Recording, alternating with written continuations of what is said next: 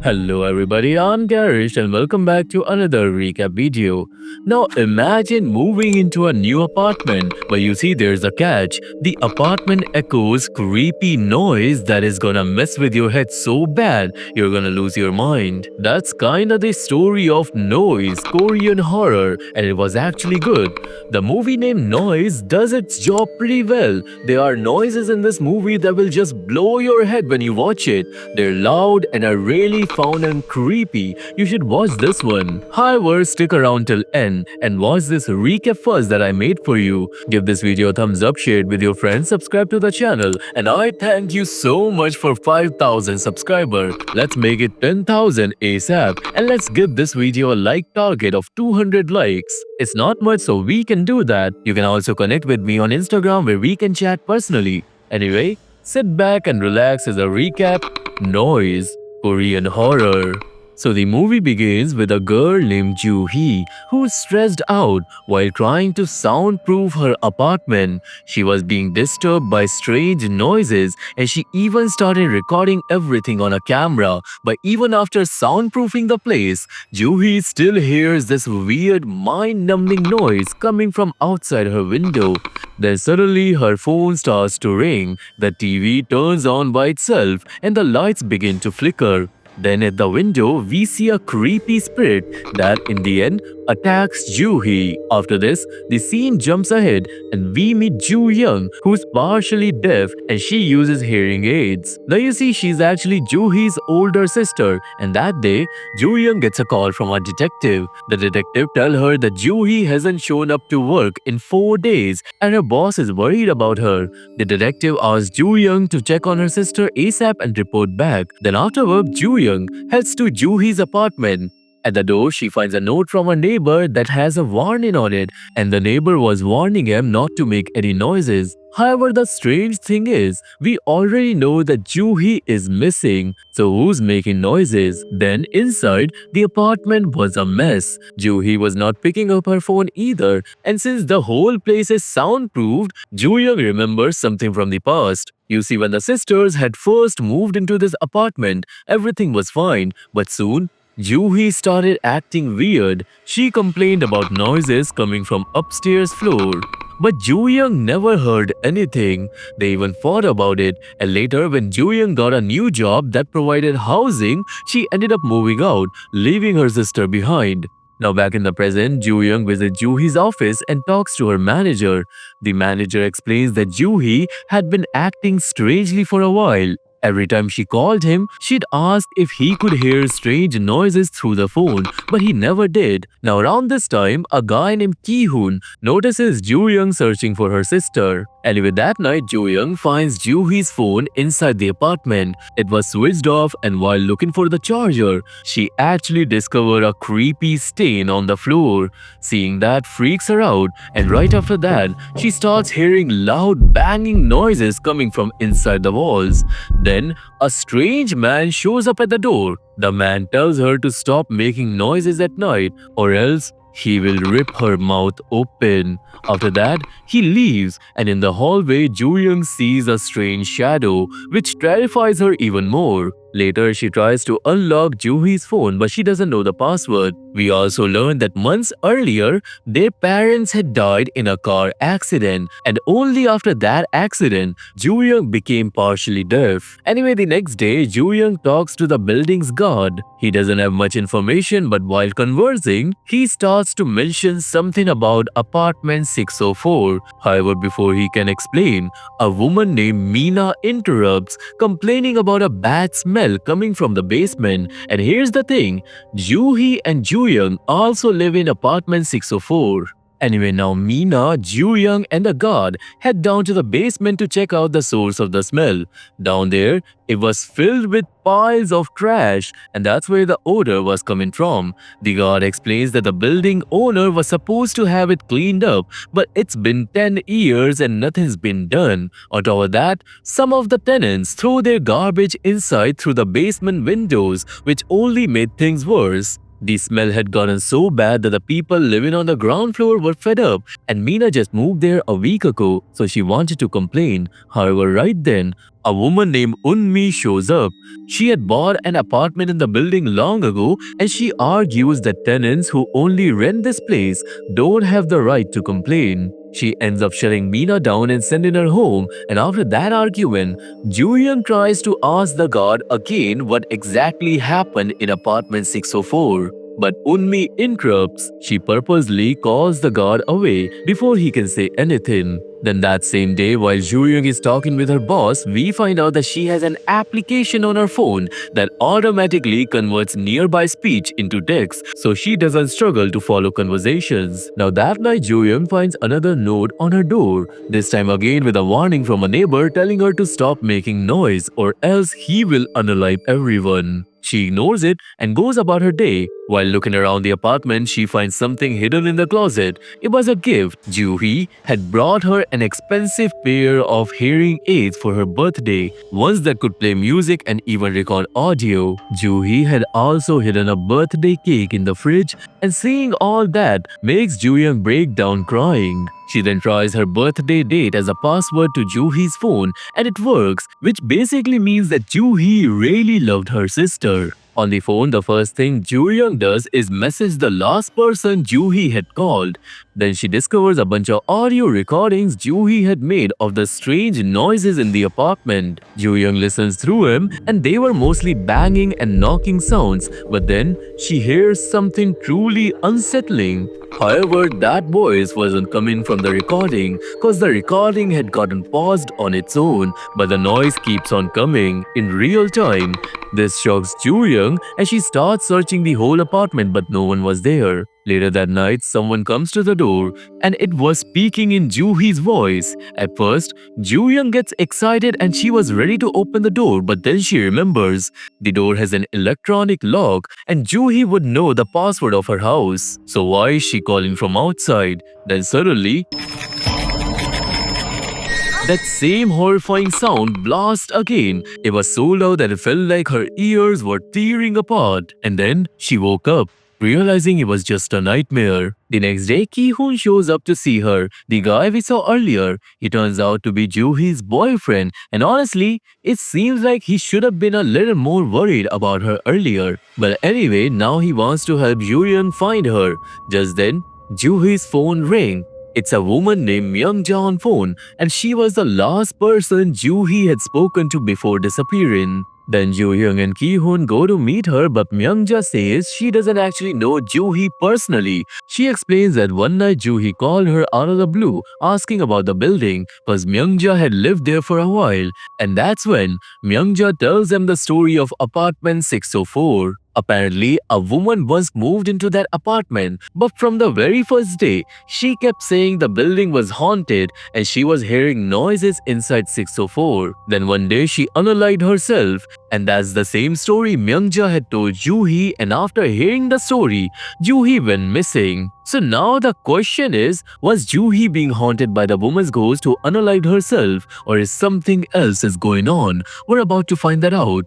After hearing Myung-ja's story, Ju-Young and Ki-hoon return to the apartment and find another warning note. This one basically says that the neighbor was hearing every little sound coming from inside the apartment. Things like using the bathroom, footsteps, a hair dryer, the washing machine, and other noises that couldn't possibly be heard outside. The note ends with a threat that if the noise doesn't stop, he will unalive everyone. Ju-Young once again brushes it off, and then that night Ki-hoon makes missing posters for Ju-Hee. However, now when Ki-hoon moves across the floor, the sound of his footsteps starts to bother Ju-Young. It's like the curse of the apartment is now affecting her as well. Ju-Young later talks to the detective and explains to him that there wasn't much on Ju-Hee's phone, and she also tells the detective about the neighbor who keeps leaving threatening notes on her door. She was suspecting that it's the same creepy man who had threatened her earlier.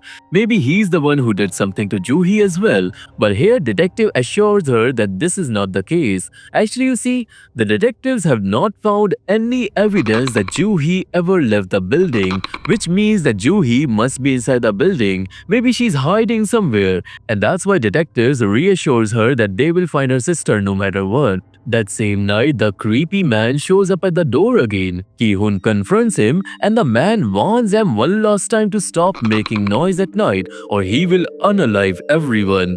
He then quietly walks away, but this time he was carrying a knife. And before going inside his own place, he even uses the knife to punch in the lock code. So basically, he was so disturbed by the noises he was hearing. Meanwhile, Ki-hoon starts realizing that the people in this building aren't normal, and he wants Ju-Young to stay safe before leaving home. Later, Ju-Young experiences a haunting. Suddenly, Ju-Hee appears in the apartment. Ju-Young was obviously overjoyed to see her sister, but Ju-Hee doesn't say a word and just walks into her room. When Ju-Young follows, she wasn't there, and then she finds Ju-Hee's body hanging from the ceiling. Heartbroken, she grabs her sister and started crying, but then suddenly she wakes up realizing it was just a nightmare. Then after a while, Ju-Young's phone application, the one that converts speech into text, suddenly turns on by itself, and strange phrases starts appearing on the screen even though no one was around her.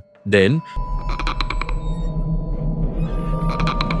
she saw a evil shadow standing out on the balcony. Terrified, she freezes, but at that exact moment, the crazy neighbor shows up again with a knife, and he was out to unalive her. Now Ju-Young doesn't know what to do, so she grabs a knife for her protection. But suddenly, both the shadow and the man vanish. After this, we follow the man who was walking back toward his apartment. But soon, a terrifying entity appears near him and it begins tormenting him.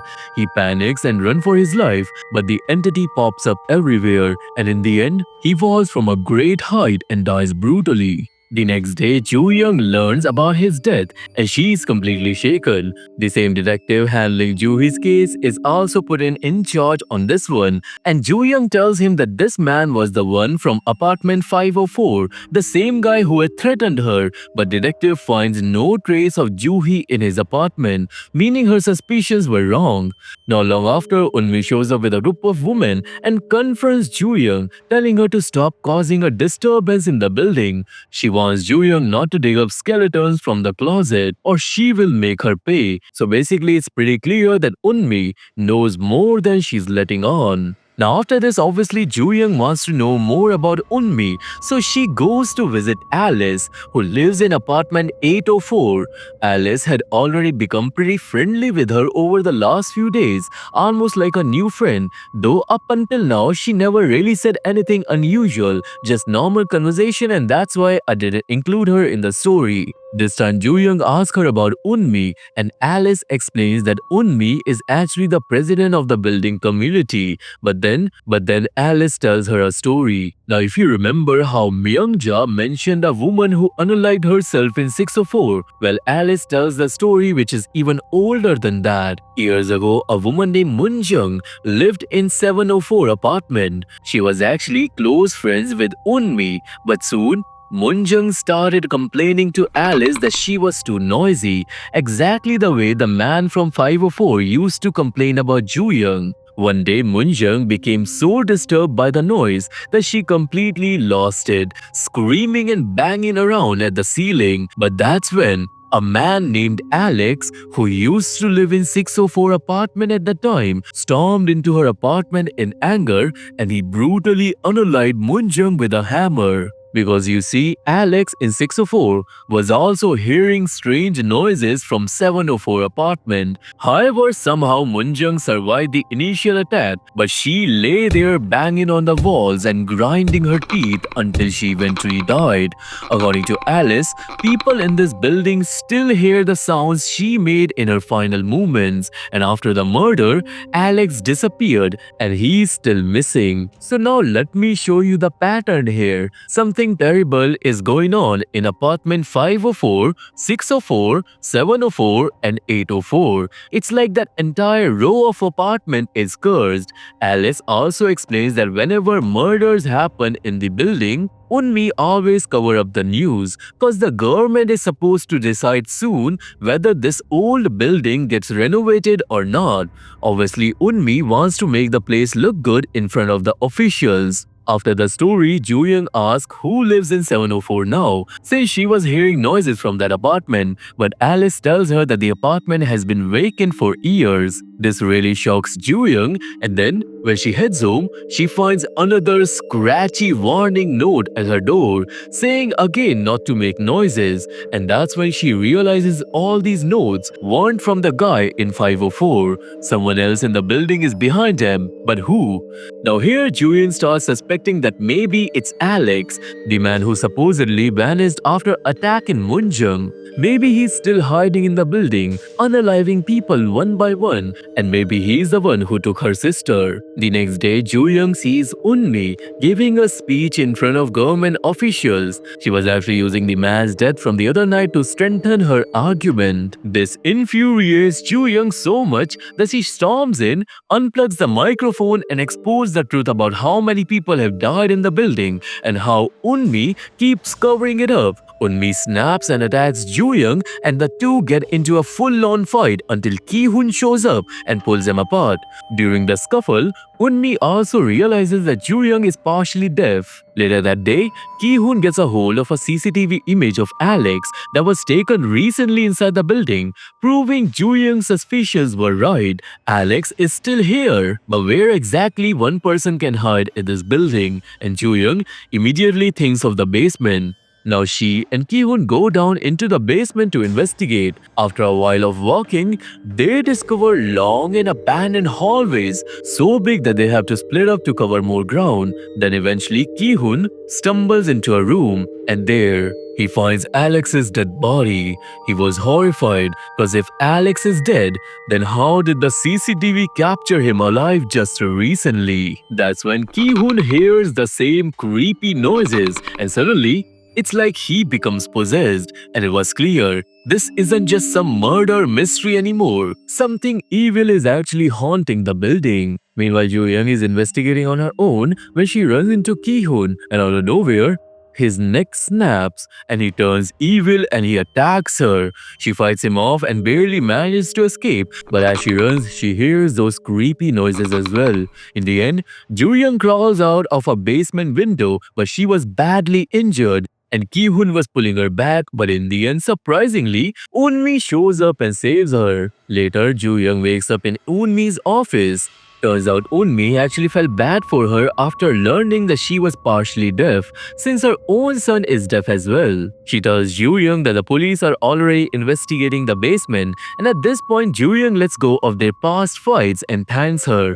But during their conversation, Ju-Young casually asks if there are only two kids in the whole building, Unmi's son and Alice's daughter. That's when Unmi tells her that Alice doesn't have a child anymore. Her daughter died years ago. This completely shocks Ju-Young, because she can swear that she saw Alice with her daughter before. Then Unmi's son Kang walks in and takes out Ju-Young's hearing aid. He explains that he doesn't wear his own aid on purpose, because there's a cursed sound in this building, and whoever hears that sound, they die. Right then there's a commotion outside.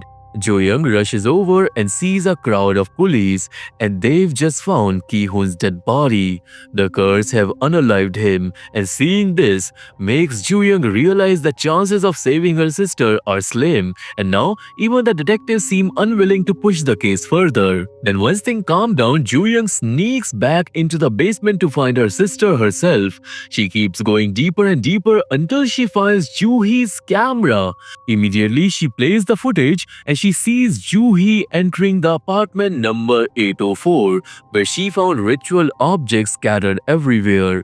In one room, Alice was talking to her daughter, but she wasn't there. Alice was speaking with air, explaining how she unalived everyone in the apartment. When Ju-Hee learns that, she panics and runs to save her life, but in the end, Alice turns evil and she captured her, and that's how the truth of this building finally comes out. Now, according to my theory, Alice in 804 had been practicing black magic. Her daughter died years ago, but she used dark rituals to summon her spirit back. The girl's soul started living inside the building's wall, and that's where all the strange noises were coming from. Those sounds tormented the people living in 504, 604, and 704, driving them mad and making them complain about each other.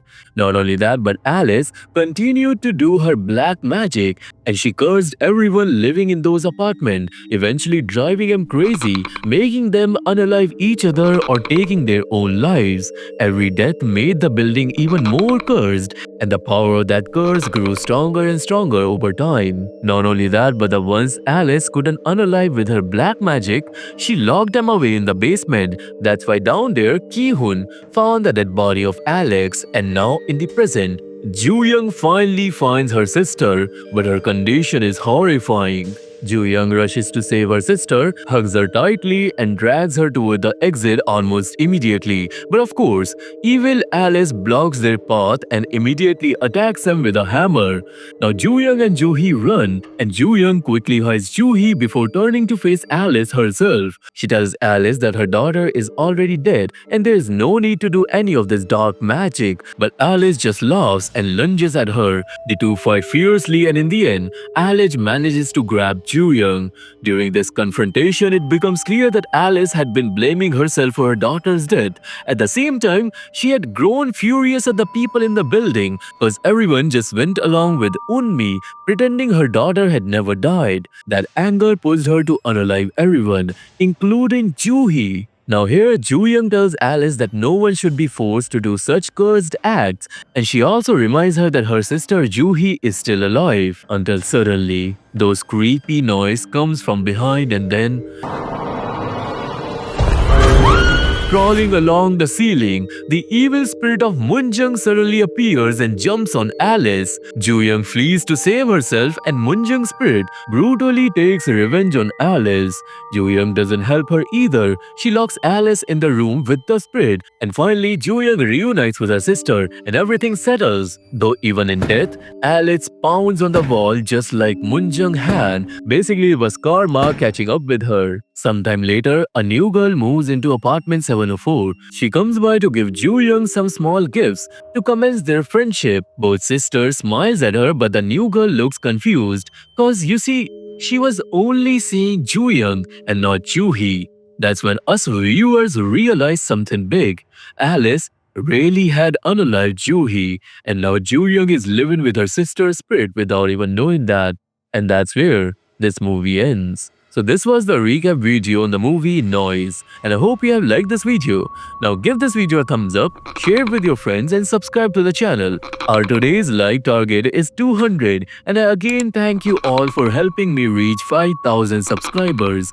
Each one of you is appreciated. How about this? You comment about a horror story and I will narrate the best story in the next video. You can also connect with me on Instagram where we can chat personally. Join my Telegram to know the whereabouts of this movie, and look into my third channel where we discuss about the mysteries of the world. Now goodbye, I'll see you all in the next one. Have a great day, stay safe, because they always see you.